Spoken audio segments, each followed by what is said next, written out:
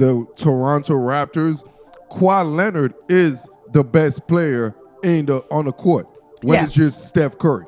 Well, even yes, even if Clay's back on there, Kawhi Leonard is the best single player on the court. With KD, there's a bit of an argument that's starting to brew. Oh, with KD, there's going to be too many other factors, too many other good players. Well, the team, Clay, but it's the balanced attack of Toronto on this one that really got him. As we were talking, a heroic effort from Steph Curry, 47 points. Next was Draymond at 17 and Andre Iguodala at 11. Meanwhile, on Toronto's side, Kawhi had 30, big night again for him. And then 18 from Siakam, 17 from Gasol, 18 from Danny Green, and 23 from Kyle Lowry, and 11 from Fred VanVleet. They had 6 guys in double digits in this game. Hey, they the 6, baby. That's they brought tough, this man. 6 to the. They brought this 6 they to brought the the 6 Bay. with them. They brought this 6 to the Bay. That's genius. All 6 out there scoring double digits. Balanced attack just could not sustain. And we thought after that game 2, because game 2 was sort of a surprise win there for Golden State, especially after Clay got hurt in the fourth, and a big 18-point run to open the second half and come from behind and snatch a game back from Toronto.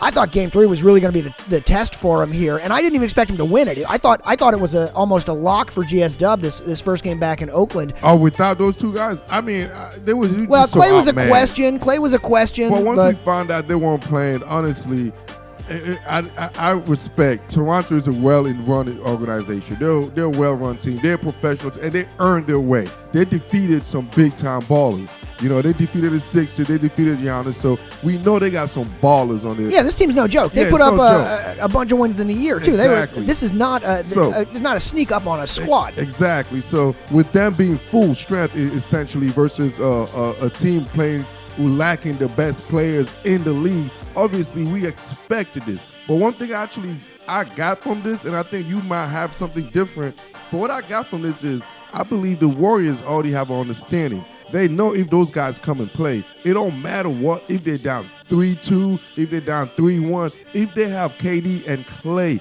and the whole repertoire of players on the court at the same time, they believe they can win 3 straight games or however game that's required for them to be the champions. I honestly believe they believe that.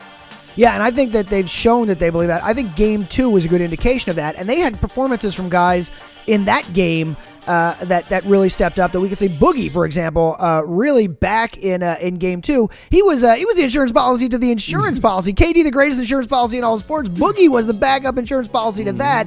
Shows up at the end of the season, gets into the playoffs. Doesn't do much. This game, he gets in there, game 2, in 28 minutes, 11 points, 10 rebounds, 6 assists. Almost disappears again here in game 3. It was like the Raptors weren't ready for him.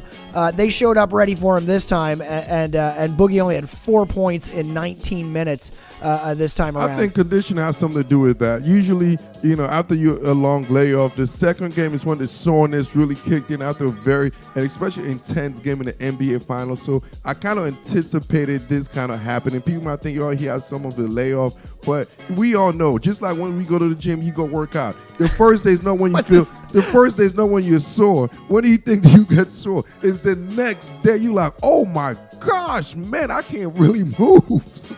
I'll take your word on this one because I don't really go to the gym. I tend to stay away from the gym, so I'll trust you on this one. But going forward here, then into game 3, this was. Going into game 4, I think there's no doubt Clay plays. I think that he was close, and they wanted to rest him and see what they could do, and if they could do it without Clay. I don't think KD's back for the next game. He hasn't even practiced yet, and this is a quick turnaround. Game 4 is on Friday. This is the only time in the series where there's only a game, only one day between them. It's the quickest turnaround. I think we see Clay. I don't think we see KD in that game necessarily, and I said this last week, Guru. I'm not sure we see KD in this series, man. If he's not even practicing yet. In the minds of Allen Iverson, in the best quote of our generation, practice? We talking about practice?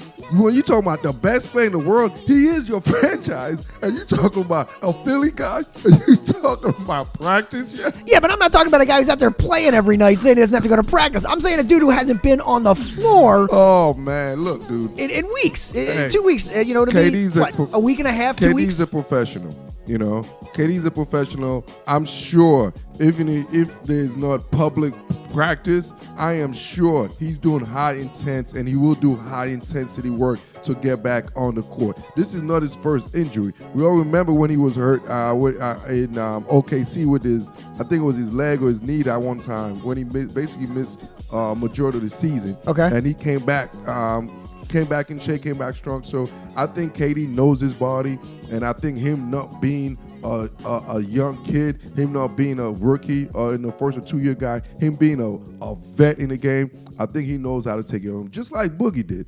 You know, Boogie, obviously, he's supposed to be gone for a couple of months, and he's back, and he's taking care of his body. I think KD's in that same category. Yeah, I think actually Boogie looked real good there in Game 2. I hope they find a way to get back to him in Game 4. I think he can really help him out. But, of course, I think Draymond is obviously the not-so-secret sauce for that team, if you will. His defense in Game 2 really helped rally them. He's able to get everywhere. It just wasn't enough here in the next one without Clay out there shooting as well. You need